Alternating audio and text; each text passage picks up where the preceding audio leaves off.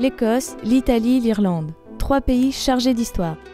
Des identités fortes et une nature omniprésente. Des mots suffisent. Magique, comme les paysages d'Écosse, montagnes, lacs, côtes découpées au fil du temps. Des endroits encore sauvages, les Highlands, l'île de Skye. Le pays collectionne les horizons grandioses, les châteaux les plus fous d'Europe et une culture très marquée. Peu de nations véhiculent une identité aussi imposante, avec des coutumes et traditions qu'on ne retrouve nulle part ailleurs. La région des Highlands est la plus représentative de cette image. Le kilt et les différents tartans permettent de différencier les clans. Le lieu le plus touristique reste le fameux Loch Ness, situé au sud d'Inverness. La Jacobite Cruise, route très fréquentée, en fait le tour, mais l'envie de rencontrer le célèbre monstre ne nous fait pas lâcher cette étendue d'eau des yeux.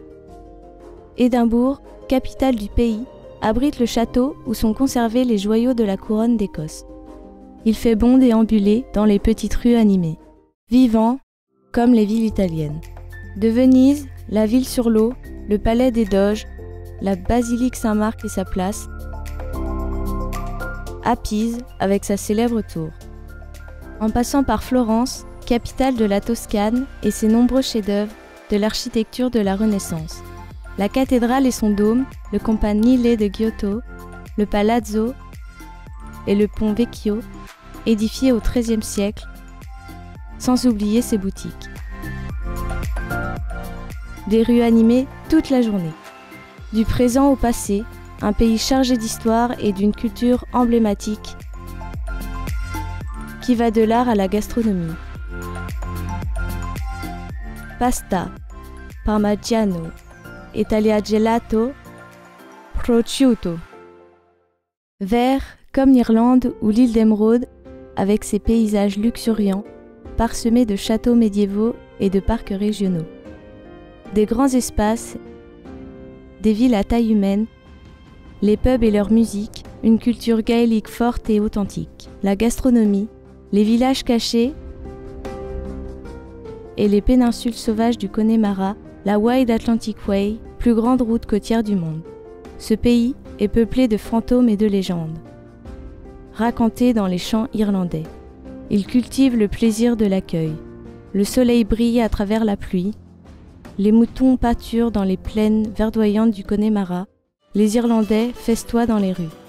Dublin, capitale du pays, est la ville d'écrivains comme Oscar Wilde et de la Guinness. Peu importe sa patrie, l'Irlande est celle du cœur. Et le cheval alors ? En Écosse, Jane et Graham O'Neill possèdent un centre de tourisme équestre. Ils proposent des cours d'équitation et surtout de la randonnée à travers les Highlands. Des touristes européens mais aussi américains y viennent. Véritable institution avec une quarantaine de chevaux de toutes races dont la locale, Highland Ponies. Les éleveurs ont un seul objectif, faire découvrir leur pays grâce à des chevaux endurants et robustes. Le bien-être est au cœur de la préoccupation des éleveurs, des clients bien accueillis et des chevaux choyés et reposés. En Italie, Marina dirige un centre équestre. Il y a 35 chevaux sur une surface de 30 hectares. Una cosa diciamo di famiglia, nel senso che quando io avevo circa 4 anni i miei genitori hanno cominciato ad acquistare i primi cavalli e quindi è una cosa che ha sempre fatto parte della mia vita e crescendo in realtà la passione è aumentata in maniera esponenziale, nel senso che quando ero piccola era una cosa che davo quasi per scontata, ce li avevo quindi erano lì e invece adesso è una cosa di cui assolutamente non potrei mai fare a meno. Les activités proposées sont aussi diverses que variées. La région et ses paysages sont adaptés à l'équitourisme. Pour l'équitation western, Marina utilise la race Quarter Horse adaptée à cette activité par ses aptitudes au travail et sa tranquillité. La région des Trieste est un lieu très fertile pour la pratique équestre, attirant des Italiens comme des touristes. En Irlande, près de Galway, Willie Leahy possède le plus gros élevage de poneys Connemara au monde. C'est sur 145 hectares que cohabitent moutons, vaches et chevaux élevés en troupeaux. Véritable musée vivant du cheval fondé en 2004, Dartfield Equestrian Center accueille des cavaliers de tout horizon. I had very good customers in France, and that was going very well until I had a truckload. I had 10 mares and a stallion bought to go to France, and no, it was cancelled. So I decided I'd let the 10 mares and the stallion off, so they had foals, and I kept breeding them.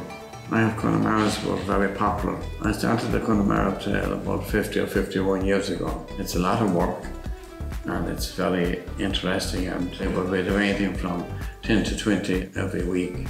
When people come, we can give them a full week even in Dartfield and Lochray area. That every day they have something different to do. Petits et grands, d'une heure de cross à une semaine de randonnée, il y en a pour tous les goûts. Grâce au cheval, nous avons vécu une expérience unique dans 3 pays européens, riches de leur diversité. Un moment fait de partage autour d'une même passion, le cheval.